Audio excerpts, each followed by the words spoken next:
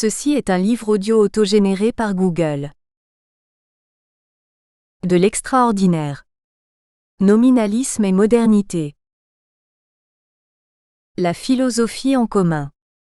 Collection dirigée par Stéphane Doyer, Jacques Poulain, Patrice Vermeyren. Nourri trop exclusivement par la vie solitaire de la pensée, l'exercice de la réflexion a souvent voué les philosophes à un individualisme forcené, renforcé par le culte de l'écriture. Les querelles engendrées par l'adulation de l'originalité y ont trop aisément supplanté tout débat politique théorique. Notre siècle a découvert l'enracinement de la pensée dans le langage. S'invalidait, et tombait du même coup en désuétude cet étrange usage du jugement où le désir de tout soumettre à la critique du vrai y soustrayait royalement ses propres résultats. Condamnées également à l'éclatement, les diverses traditions philosophiques se voyaient contraintes de franchir les frontières de langue et de culture qui les enserraient encore. La crise des fondements scientifiques, la falsification des divers régimes politiques, la neutralisation des sciences humaines et l'explosion technologique ont fait apparaître de leur côté leur faillite, induisant à reporter leurs espoirs sur la philosophie, autorisant à attendre du partage critique de la vérité jusqu'à la satisfaction des exigences sociales de justice et de liberté. Le débat critique se reconnaissait être une forme de vie.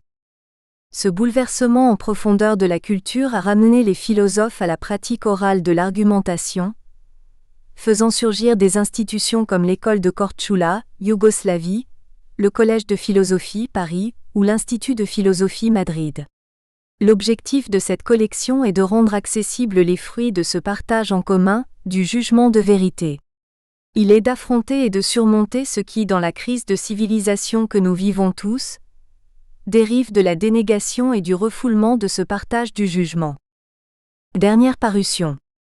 Samé Dellai, Marx, critique de Feuerbach 2011.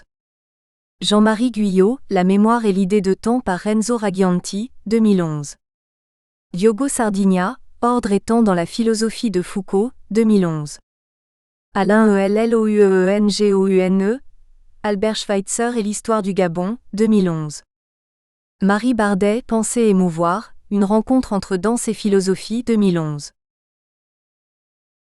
L'homme, pour être ce qu'il est, doit croire qu'il est plus que ce qu'il est. Robert Musil, L'homme sans qualité.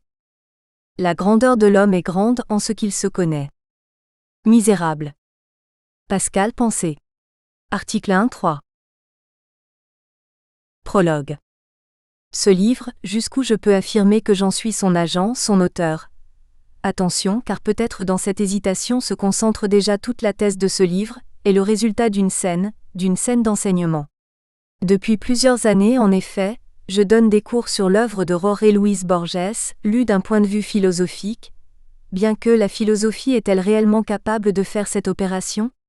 Ou n'est-elle pas plutôt dans l'essai, elle-même exposée comme une branche de la littérature fantastique. Et aussi sur Nietzsche. Il s'agit dans les deux cas d'auteurs, attention à nouveau, chez lesquels la dissolution post-moderne du sujet acquiert manifestement son expression la plus extrême et canonique. Dans un prochain chapitre 4, nous examinerons en détail le paragraphe I13 de la généalogie de la morale dans lequel Nietzsche analyse la forme la plus élémentaire du langage, la forme prédicative, en vertu de laquelle un prédicat est associé à un sujet, et il en conclut que dans cette forme se trouve sédimentée toute une métaphysique, la fiction performative, système de possibilités et d'apostrophes. Impossibilité gravée à vif dans le monde, du sujet libre responsable ainsi que de ses douleurs, le châtiment, la culpabilité qui lui sont inhérentes. Bien entendu, il ne nous devrait pas être possible dans les prochains chapitres, plus encore si le discours a précisément pour contenu le fait de dénoncer la douleur et ses mécanismes occultes, de parler sans éprouver la sensation d'une certaine duplicité, d'un certain cynisme. C'est peut-être pour cela, pour faire face à ce mal-être, que Nietzsche, et avec lui, dans des modulations différentes, la totalité des autocritiques de la raison, finit par postuler une sorte de langage originaire, parfait, dans lequel même les choses prennent la parole, au-delà de toute violence métaphysique. Cela est de fait la fonction qui dans l'économie conceptuelle de la pensée généalogique nietzschéenne exerce le mode d'évaluation noble, de nommer Par ailleurs, dans les paraboles borgésiennes, plusieurs d'entre elles nous accompagnent dans ce projet, s'exprime de façon exemplaire le nominalisme, détermination primordiale de la modernité. Le nominalisme, nous le dirons ultérieurement, est hostile à l'histoire et aux pouvoirs qui lui sont décernés. Mieux encore, grâce à son hostilité pour le pouvoir, le nominalisme est destiné à déconstruire depuis son fondement le dispositif symbolique dont il se sert pour sa légitimation. Ce dispositif est l'histoire. L'histoire, même sous la forme séculaire du progrès, est toujours un métarécit salvateur. Promesse que les douleurs du présent dans lesquelles les petites gens consomment leur vie seront récompensées par une fin glorieuse et heureuse. Munis de cet aval transcendant, les athlètes de l'État, Sloterdijk, arrivent à légitimer la souffrance qu'inévitablement leur méga-projet déchaîne. Le nominalisme, en revanche, se méfie de l'identité postulée, projetée, entre l'être et la pensée. Il nie ainsi que l'infinie singularité du réel, un bouillonnement chaotique, sans fin, puisse être contenu dans l'universalité du mot, des récits et des métarécits tramés par elle. Le nominalisme constitue une réfutation de la temporalité historique. Réfutation en vertu de laquelle toute identité entre histoire et justice est d'avance exclue. Il n'y a pas de règlement de compte possible entre l'universalité de la pensée, le langage et la singularité du réel. Cela étant, la question de la légitimation du pouvoir devient de façon moderne une affaire de profane, susceptible seulement d'être résolue, et pour cela même, en rigueur, jamais résolue, de façon pragmatique, à travers des équilibres de forces successifs et très imprévisibles. Et au-delà de la temporalité de l'histoire, s'ouvre pour nous, les modernes, une expérience du temps à la fois radicale et irréductible.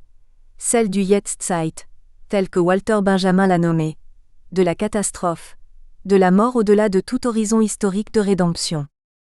L'œuvre de Borges peut être lue comme une collection de paraboles nominalistes. Une gigantesque réfutation du temps, en vertu de laquelle la temporalité littéraire cède sa place à l'éternité hiératique de la bibliothèque. Dans la bibliothèque de Babel, les liens de filiation entre les textes ont été substitués par des relations spatiales. Par ailleurs, la totalité des textes possibles sont présents là, mais comme produits par une combinaison aveugle et impersonnelle. La bibliothèque est la parabole de l'espace littéraire, concept majeur de la lecture de Borges que nous développerons prochainement, dans le chapitre 7. L'espace littéraire est la condition de la possibilité des faits littéraires, des œuvres littéraires de faits qui sont, d'une manière quelconque, préfigurées par lui. À partir de cette perspective, peu importe que les œuvres aient été effectivement écrites, délire laborieux et appauvrissant que de composer de vastes livres de. Ce qui est important est que son écriture soit possible, pour cela, mieux vaut feindre que ces livres existent déjà et en offrir un résumé. 3. Préface, le jardin au sentier qui bifurque. Pour cela également, comme dans la citation de Francis Bacon qui sert d'épigraphe au conte L'Immortel, la nouveauté littéraire, mais ici la littérature, le livre et le chiffre du monde, n'est rien d'autre qu'une modalité de l'oubli, cela étant en abdiquant finalement ses prérogatives en faveur du lecteur, du commentateur, la figure de l'auteur individuel disparaît. Toutes les œuvres sont l'œuvre d'un seul auteur qui est intemporel et anonyme. 4. Pouvons-nous lire dans Tlönükbar Orbis Tertius. Ainsi, radicalement aliéné, dépouillé de lui-même, de sa propre œuvre, l'auteur, le sujet, n'écrit pas, ne parle pas. Sous l'inspection de l'observateur expérimenté, un lecteur, son discours termine de toute évidence comme un santon, un patchwork de citations qui font appel à partir d'une sorte d'inconscient littéraire, linguistique, tramé en catimini. Si les pages de ce livre se permettent quelques vers bienvenus, que le lecteur me pardonne la discourtoisie de l'avoir usurpé moi-même par anticipation, écrit Borges dans la dédicace de Ferveur de Buenos Aires, 1923. Le langage, en dernière instance, est ce qui parle à travers nous. Je ne parle pas, je suis parlé. Ainsi semble réciter la profession postmoderne de l'aphasie qui trouve chez Nietzsche et chez Borges deux de ses figures les plus notoirement avancées. Mais la postmodernité n'est rien d'autre que postmodernité. Modernité autoconsciente, autoréflexive et tournée vers elle-même de façon déchirante. Le nominalisme de la modernité, avec sa méfiance devant toutes les équivalences présumées entre l'être et la pensée, postule en effet un monde désenchanté, le monde de la science, régi par le postulat de l'objectivité, dont le livre du monde, est une image wittgensteinienne que nous reprendrons plusieurs fois, contient des faits, mais rien, absolument rien doté de l'inconditionnalité exigée de façon moderne par le sujet. La modernité même, et non pas une bande de postmodernes incendiaires, finit paradoxalement par déloger du monde ce même sujet moderne. Horkheimer et Adorno par exemple, l'ont ainsi compris car la dialectique de la raison n'est peut-être rien d'autre que le déploiement de cette thèse unie. Cela dit, avec cette idée le sujet ne disparaît pas. Il fait plutôt irruption Jetztzeit, depuis un espace imprécis, fantasmatique, extraordinaire comme nous le dirons au long de ce livre. Je ne parle pas, mer d'encre, bois de papier, le souffle des générations entières impliquées à élaborer, à diffuser et à parler d'un savoir mélancolique et pire encore, de façon succincte, autocontradictoire. Cependant celui qui dit « je ne parle pas », et y a-t-il de façon moderne autre chose à dire, prend de façon fugace la parole, au bord de l'abîme, entre deux eaux, comme un nageur qui pour un instant arrive à sortir la tête de l'eau pour respirer, se dresse et se constitue alors comme un sujet. De cette manière, la contradiction performative, ce que l'énoncé réalise contredit son contenu manifeste, serait la forme spécifique de la production du discours dans les conditions de la modernité 6. Le sujet moderne, dans un prochain chapitre, au sujet de l'art, nous approfondirons cette scène, se constitue seulement de manière sacrificielle par la négation. L'enseignement, revenons-y, constitue, et au-delà, ou malgré la standardisation vers laquelle sont dirigées les techniques pédagogiques, une instance privilégiée de cette scène primordiale. Dans celle-ci, un sujet, un maître. Je parle à nouveau de moi et constitué comme tel en prenant de façon extraordinaire la parole, en la dirigeant à un disciple. Néanmoins, s'il nous faut éviter la petite morale kitsch, les discours édifiants que l'ingénierie sociale met au-dessus de l'implacable vérité, le maître contemporain se voit nécessairement confronté à la tâche d'exposer le savoir mélancolique de la modernité, dont la conséquence logique paraît être le silence, et non pas la parole qui l'interrompt. And yet. L'impératif critique de la modernité, responsabilité face à la désespérance 7, Adorno dans Minima Moralia, impose le fait d'assumer la tâche, impossible mais à la fois indispensable, deux traits qui sont la marque de l'extraordinaire, de rompre le silence, en violant l'interdit même. Une telle violation, bien sûr, exige que celui qui la commet en soit conscient, qu'il ne prétende pas assumer avec joie, avec une jovialité confinée dans le cynisme, la destruction du sujet et l'aphasie qui en résulte, qu'il passe par elle comme à travers un désert à partir duquel il est possible d'entrevoir seulement la terre promise. Ainsi seulement, dans l'hésitation et le déchirement, la parole surmonte le silence. À cette réactivation éphémère de l'extraordinaire, chaque fois que de façon magistrale, un mot est lancé au monde, il paraît faire référence à l'anecdote que Gershom Scholem, le grand analyste de la mystique juive, a racontée à plusieurs reprises, dans la conclusion de ses conférences Strouk prononcées dans le Jewish Institute of Religion, à New York en 1938. L'anecdote fait référence à Israël Baal Shem, le maître du nom, fondateur de l'hassidisme, une des dernières grandes vagues du mysticisme juif, surgie à la moitié du XVIIIe siècle. Il dit ainsi: quand le Baal Shem avait une tâche difficile devant lui, il allait à une certaine place dans le bois, allumait un feu et méditait en prière, et ce qu'il avait décidé d'accomplir fut fait.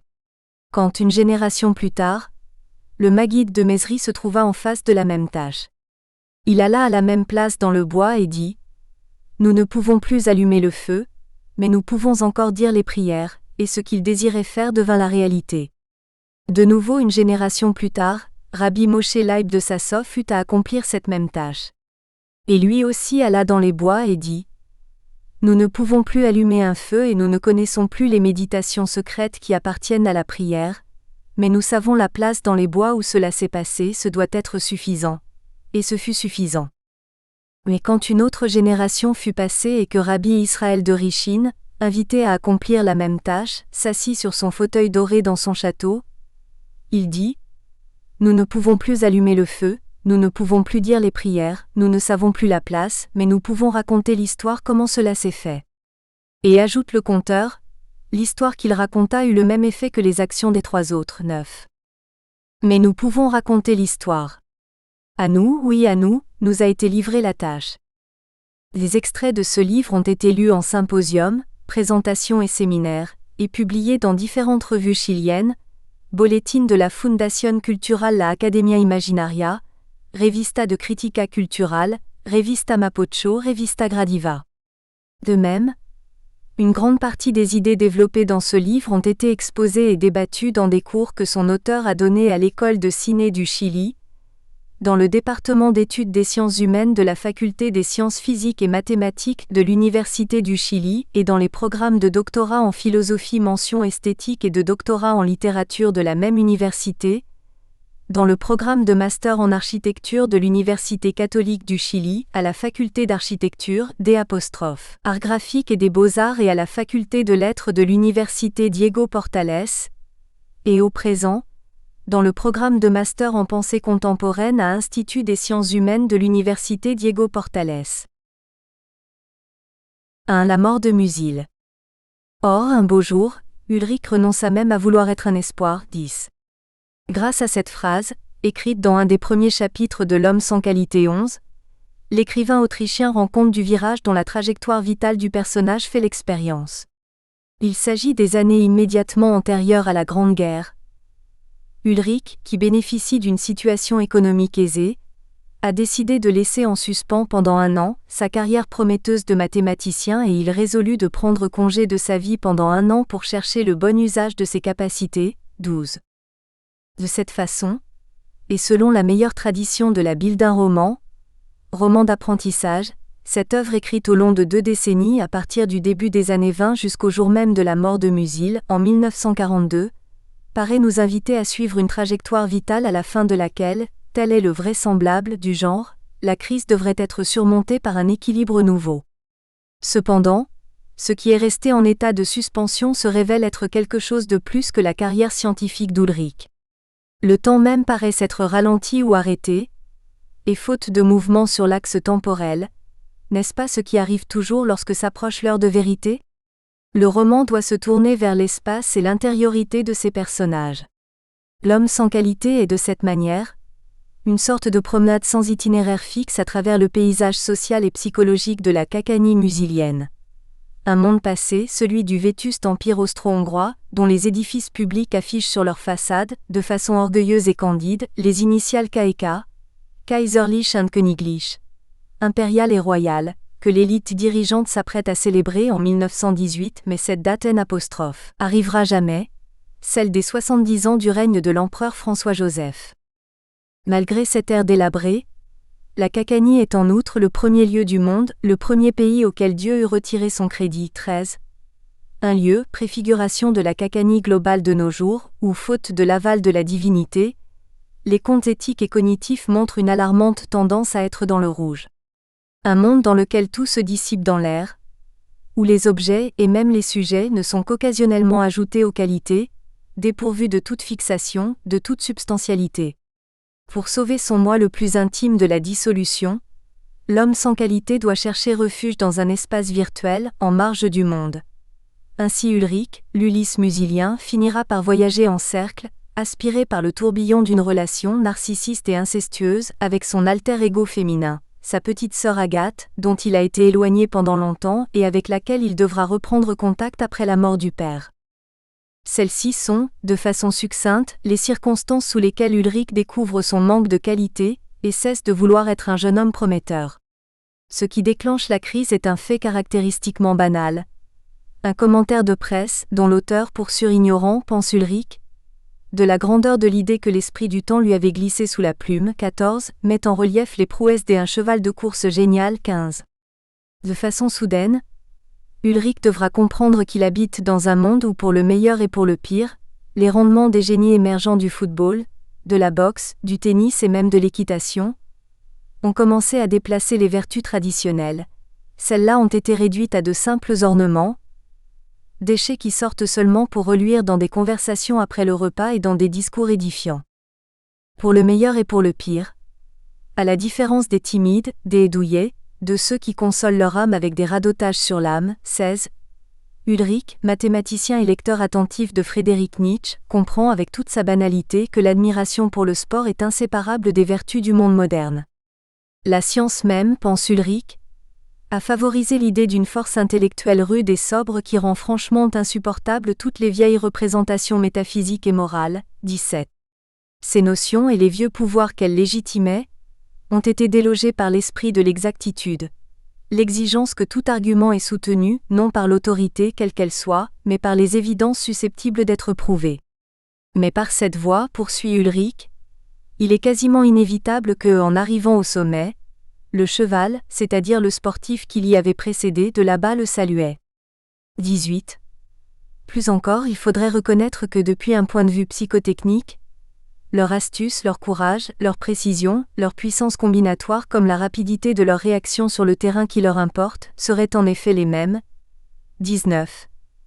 Il ne faudrait pas non plus sous-estimer les qualités considérables qu'il faut mettre en jeu pour sauter une haie. Mais devant les yeux récemment ouverts d'Ulrich, le boxeur et le cheval affichent cependant un avantage. Et c'est que leurs exploits et leur importance peuvent se mesurer sans contestation possible et que le meilleur d'entre eux est véritablement reconnu comme tel. 20. Les jeux, pourrions-nous dire, sont ce territoire des rêves, dans lequel, à la différence de ce qui se passe dans la vie quotidienne grise, on gagne ou on perd, rien d'autre.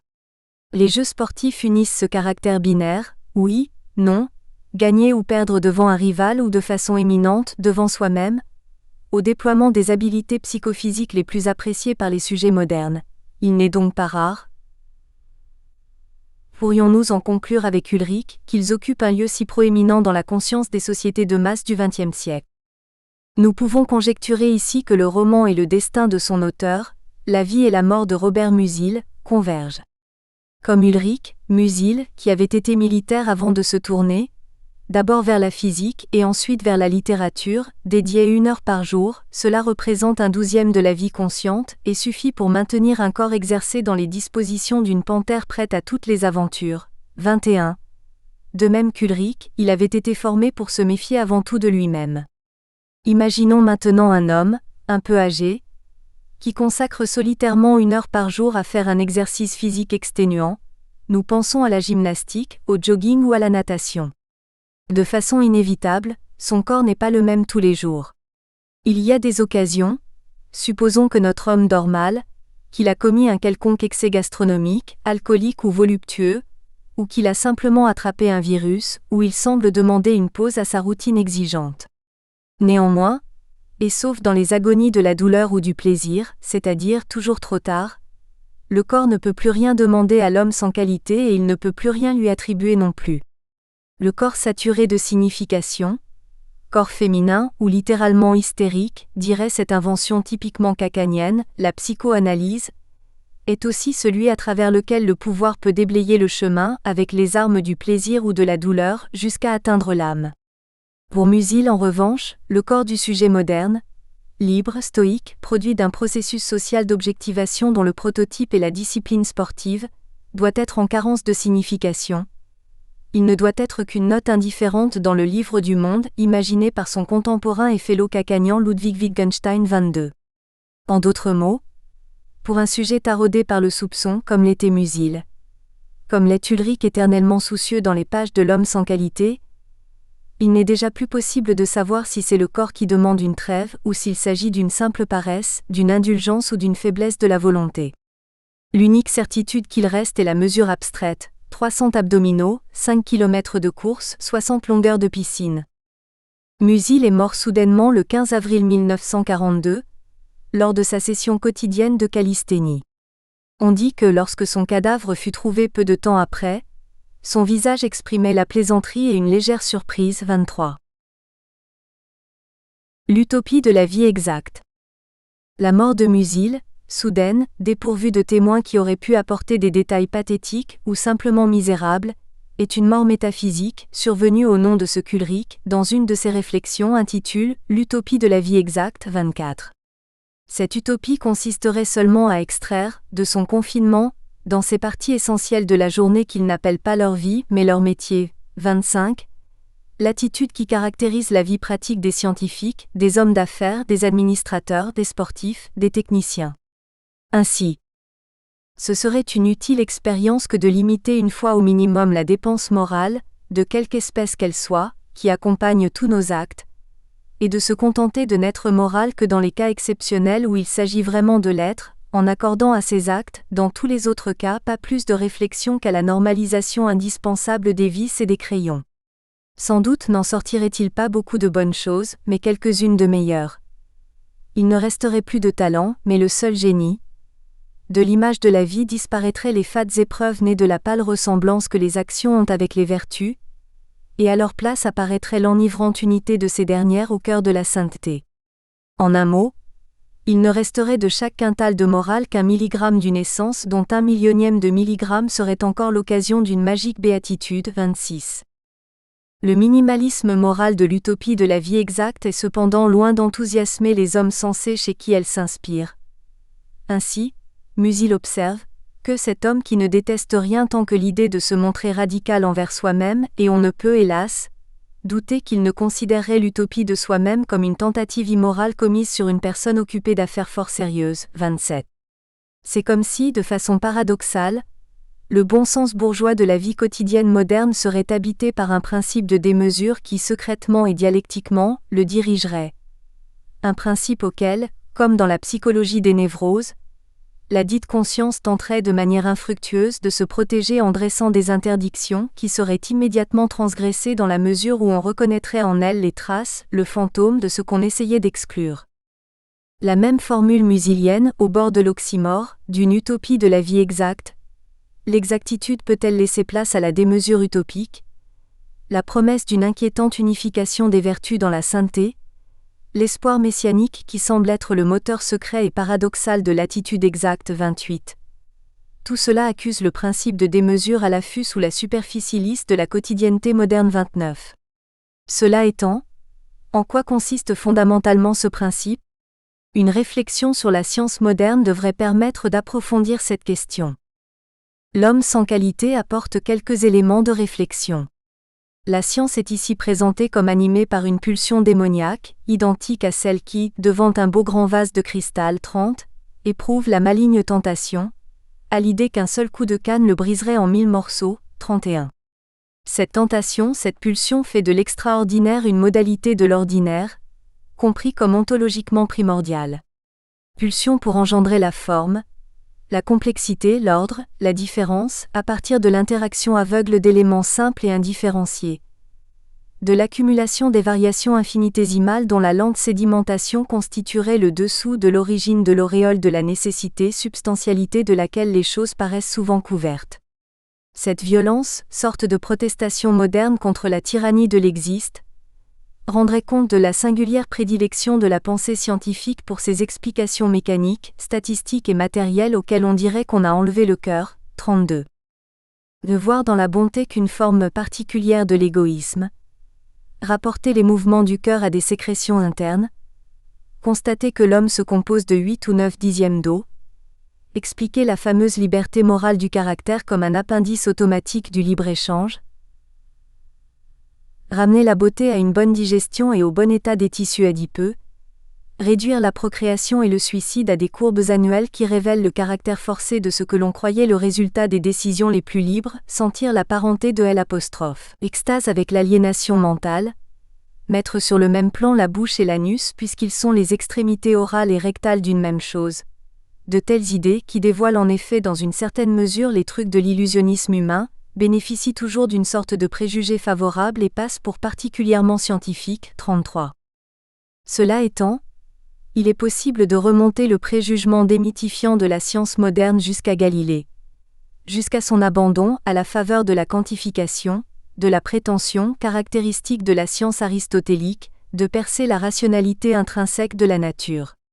Et pour la modernité, dont les premiers pas sont reconnus chez Galilée, la raison et la nature sont devenus des termes incommensurables. Telle que la célèbre image de Galilée, le livre de l'univers a beau être écrit avec des caractères mathématiques, le réel, en tant que tel, est devenu illisible. 34. Au sujet de la radicale révolution intellectuelle du XVIIe siècle, de laquelle Galilée est un protagoniste central, Alexander Coiré écrit : ceci me semble pouvoir être ramené à deux éléments principaux, d'ailleurs étroitement liés entre eux, à savoir la destruction du cosmos et la géométrisation de l'espace, c'est-à-dire a. La destruction du monde conçu comme un tout fini et bien ordonné, dans lequel la structure spatiale incarnait une hiérarchie de valeurs et de perfection, monde dans lequel au-dessus de la Terre lourde et opaque, centre de la région sublunaire du changement et de la corruption, s'élevaient les sphères célestes des astres impondérables, incorruptibles et lumineux, et la substitution à celui-ci d'un univers indéfini, et même infini, ne comportant plus aucune hiérarchie naturelle et uni seulement par elle identité des lois qui le régissent dans toutes ses parties, ainsi que par celle de ses composants ultimes placés tous au même niveau ontologique. P. Le remplacement de la conception aristotélicienne de l'espace, ensemble différencié de lieux intramondains, par celle de l'espace de la géométrie euclidienne, extension homogène et nécessairement infinie désormais considérée comme identique en sa structure avec l'espace réel de l'univers.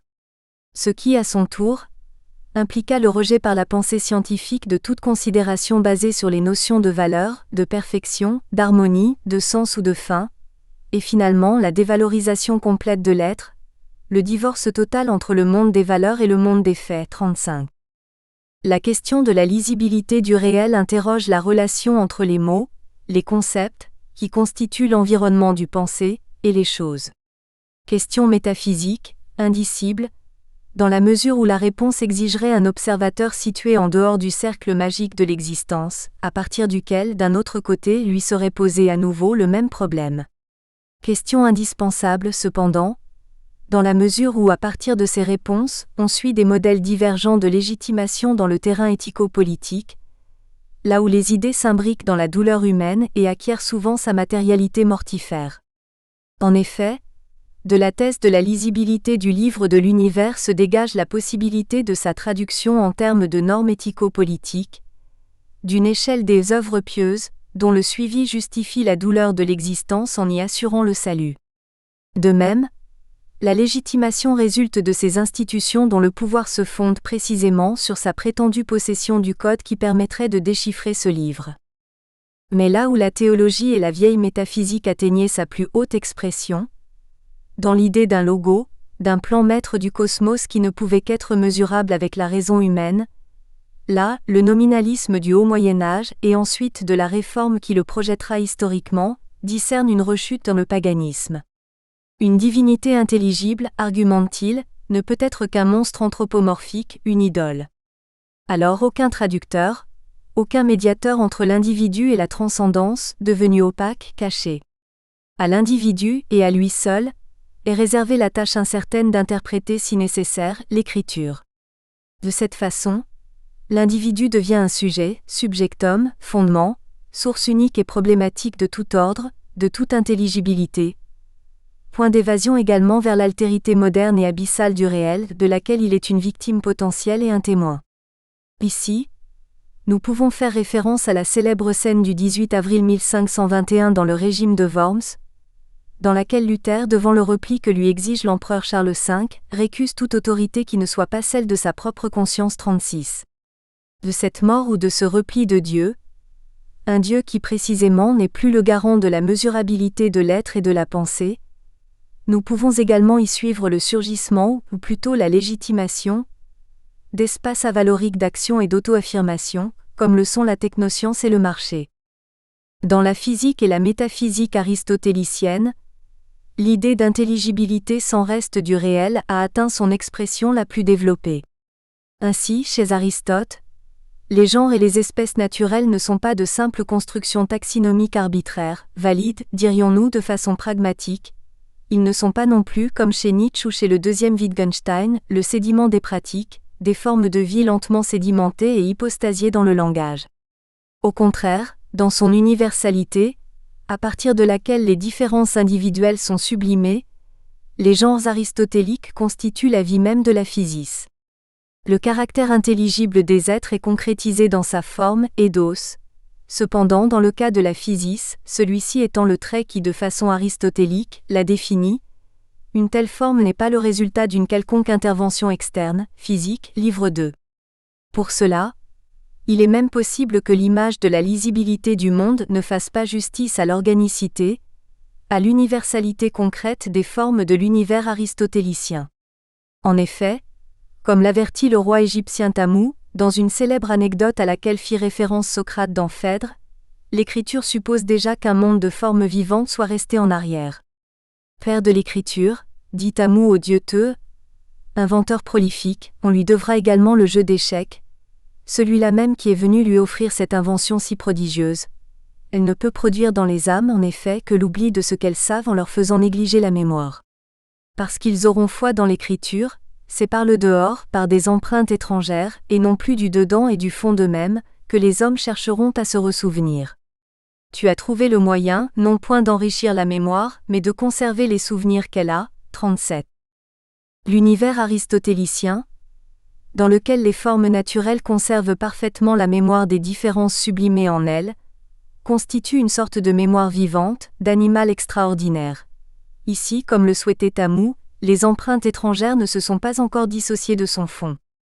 La modernité oppose la sévérité grise de l'écriture à cette formidable mémoire vivante, dont l'expression la moins impropre, conjecturons-nous, serait donnée par la représentation non verbale comme l'image visuelle ou la musique, l'universalité abstraite d'une culture du livre dans laquelle la possibilité de rétablir la vie de l'esprit, de raviver la flamme à partir des cendres conservées dans ces pages, dépend à chaque instant de l'interprétation, capable de réveiller le souvenir. 38.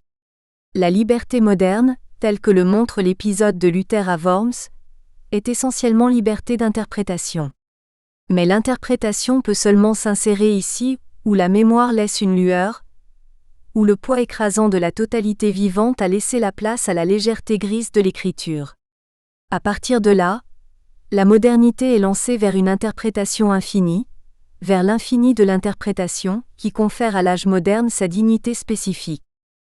Dans tous les cas, il nous sera prochainement difficile d'éviter la question de la violence, de l'oubli que l'universalité exercerait sur le particulier. La violence et l'oubli, dont la conscience et le mal-être correspondant, constituent le patrimoine du nominalisme ubiquiste de la modernité. Personne ne se déclare nominaliste parce que personne n'est autre chose. 39. Pour ce nominalisme, dirons-nous, la réalité est présentée comme le bouillonnement d'une singularité carente infinie, singularité qui contraste avec l'arbitraire, l'universalité pauvre du langage. La modernité est ainsi scindée en deux ailes. Une aile mémorielle, on trouve ici le principe de démesure à l'affût derrière l'utopie musilienne de la vie exacte, dont la protestation, dirigée précisément contre la tyrannie de l'existant chosifié, toute réification est un oubli. 41, affirme Adorno, culmine de façon inévitable dans le silence et la paralysie. Le silence et la paralysie dont l'expression pragmatique est celle de l'ange de l'histoire, la figure imaginée par Walter Benjamin dans la 9e de ses thèses sur la philosophie de l'histoire. Là où d'autres voient une chaîne causale, l'histoire, l'ange ne peut voir qu'un tas de ruines qui s'élèvent jusqu'au ciel. Et une modernité qui tente d'une quelconque manière de réconcilier la singularité avec l'universalité en s'élevant à l'extraordinaire niveau d'un universel concret. 42. Cela dit, pour cette modernité, l'universalité concrète ne peut déjà pas être le fabuleux animal extraordinaire, la mémoire vivante du cosmos aristotélicien. Il doit plutôt être une œuvre extraordinaire, paradoxale tentative déchirée de décoller, par le moyen de l'activité auto-affirmative, du sol de la culture nominaliste duquel, cependant, l'auto-affirmation se nourrit. Il s'agit maintenant de façon fondamentale, de l'œuvre historique et de l'art. 2. L'extraordinaire, l'histoire. Chez Kant 43 déjà, l'histoire apparaît comme une instance illustrée de la médiation entre la facticité de l'être et la normativité de laquelle toute universalité est porteuse. Devant cette dispersion, devant l'irrationalité des conduites humaines, on ne voit en fin de compte dans l'ensemble qu'un tissu de folie, de vanité puérile, souvent aussi de méchanceté puérile et de soif de destruction. 44. Kant a recours à l'idée d'une secrète intention de la nature qui trouverait sa réalisation dans l'espèce. Chez l'homme, les dispositions naturelles qui visent à l'usage de sa raison n'ont pas dû recevoir leur développement complet dans l'individu mais seulement dans l'espèce. 45. Et dans son organisation politique, une société dans laquelle la liberté soumise à des lois extérieures se trouvera liée au plus haut degré possible à une puissance irrésistible, c'est-à-dire une organisation civile d'une équité parfaite, doit être pour l'espèce humaine la tâche suprême de la nature. 46. Pouvons-nous lire dans le 5e principe. Cela étant pour une plus grande gloire de la raison, cette secrète intention que Kant tente à penser par analogie aux tendances statistiques, serait même capable de récupérer ces phénomènes qui s'y opposent. Ainsi, ceux-ci deviennent de simples apparences, mécanismes que la nature requérait pour réaliser au mieux son plan essentiel, par exemple, l'insociabilité qui l'homme pousse à vouloir tout diriger dans son sens 47, devient insociable sociabilité, les guerres de leur côté deviennent donc autant essais non pas certes dans l'intention des hommes, mais dans l'intention de la nature, pour établir de nouvelles relations entre les États, 48, jusqu'à culminer en partie par la meilleure organisation possible d'une constitution civile à l'intérieur, en partie par une convention et une législation communautaire à l'extérieur, dans un État, qui, semblable à une communauté civile, puisse, tout comme un automate, se maintenir par elle-même, 49. Ainsi Kant a écrit une sorte de théodicée, justice de Dieu, capable apparemment de recycler ou d'ajuster les déperditions, ainsi par exemple, la victime innocente, de l'oublier au profit du générique, moyen, à travers lequel l'ordre de la nature se propagerait vers la société humaine. Cependant, et cela en accord avec la profonde logique de la pensée transcendantale, il s'agit déjà d'une théodicée comme si, d'une sorte de fiction dont le fondement ne pourrait être que pragmatique 50. Car si nous nous écartons de ce principe, nous n'avons plus une nature conforme à des lois, mais une nature marchant à l'aveuglette, et l'indétermination désolante remplace le fils conducteur de la raison. 51. Et rendrait de cette façon la nature, dont normalement la sagesse doit servir de principe dans le jugement de ses créations, suspecte de se prêter en l'homme seulement à un jeu puéril. 52. Voici les derniers fondements négatifs et fragiles, sur lesquels Kant fonde les deux premiers principes de sa théodicée qui se rapportent au caractère finaliste de la nature et à la suprématie de l'espèce sur l'individu. On ne doit donc pas être surpris que déjà dans le 9e principe de son texte, Kant doit reconnaître que le résultat de cet effort justificateur puisse aboutir à un roman 53, dont la vérité aurait un statut plutôt pragmatique. Toutefois, s'il est permis de supposer que la nature ne procède pas, même dans le jeu de la liberté humaine, sans plan et sans intention finale, alors cette idée pourrait bien devenir utile. 54. Dit ici un Kant qui montre son jeu, la pragmatique, le mécanisme secret 55, sur laquelle son projet critique, au bord du paradoxe, est établi 56. D'un autre côté, la philosophie hegelienne peut être comprise comme une tentative d'écrire effectivement le dit roman, seulement ébauché, et plutôt d'une façon dubitative par Kant. Ce n'est pas en vain que dans son centre se trouve, comme une pièce fondamentale, ce roman d'apprentissage, ce roman de formation, la phénoménologie de l'esprit, dans laquelle effectivement, on essaie de rendre opérative la réconciliation de l'universel et du particulier dans une universalité qui est capable d'assumer toutes les particularités, mais combien sont-elles au total exactement, comme des moments de son propre devenir. Si nous tenons compte des écrits de la période de Francfort, 1797 à 1800, rassemblés sous le titre de l'esprit du christianisme et son destin, il est possible de conjecturer que l'horreur devant l'universalité abstraite, dont la figure historique est ici le judaïsme, constituerait la scène primordiale qui alimenterait la pensée de Hegel et son déploiement. Des passages éloquents et violents témoignent de cette horreur. Avec Noé et le déluge, le judaïsme aurait déjà acquis une perte de foi en la nature. Son esprit serait devenu l'esprit qui consiste à se maintenir fermement dans une stricte opposition à tout, le pensée étant élevé à l'unité dominant la nature hostile et infinie, 57. De son côté, Abraham ne voulait pas aimer et de cette façon être libre, 58. Et le monde entier qui lui était purement et simplement opposé était porté par le Dieu qui était étranger à ce monde, auquel rien dans la nature ne devait participer, mais par qui tout était dominé, 59. L'horreur atteint son dramatique point culminant lorsqu'Hegel fait référence à la frustration de Pompée quand il pénètre au Sancta Sanctorum du temple. En espérant y contempler l'objet de sa vénération, il se serait retrouvé dans une pièce vide. Sous les traits du culte mosaïque, interdiction de l'image. Le sujet infini doit être invisible, car tout ce qui est visible a quelque chose de limité, sévérité abstraite de la loi. Il est possible de reconnaître, pour Hegel, l'abstraction très contemporaine de la moralita kantienne, de la science moderne et même de la religion elle-même émanée de la Réforme, théologie dans laquelle Hegel avait été formé. Une telle moralité serait l'objet immédiat qui déclenche l'aurore vacui, que le philosophe transfère à son personnage Pompée. Cependant, nous ne pourrions être indifférents au fait que la figure choisie par Hegel soit précisément celle du peuple du livre. En effet, tel que nous l'avons établi auparavant en relation avec la métaphore de la lisibilité du monde et des préventions du roi égyptien Tamou, l'écriture et le fantasme de l'abstraction sont associés. Dans la phénoménologie de l'esprit, nonobstant, Hegel n'a pas écouté avec une imprudence spectaculaire l'admonition du roi égyptien. En effet, d'un côté la phénoménologie est une œuvre qui ne cache pas ses prétentions de constituer un objet scriptural extraordinaire, une sorte de livre absolu. Il s'agirait, ni rien de moins ni rien de plus, de l'autobiographie de l'esprit, son Odyssée suggère Hegel lui-même dans le prologue de l'œuvre. Néanmoins, ce livre n'est seulement qu'un livre parmi d'autres qui réveille le doute de Tamou. Une entrée de plus, dirions-nous, dans la bibliothèque borgésienne, une collection plus ou moins étendue d'empreintes étrangères, 483 pages dans la traduction espagnole de Wenceslao Rosses qui repose sur mon bureau, dont la même extension fatigante met en évidence sa finitude, son caractère arbitraire, sa misère soissante.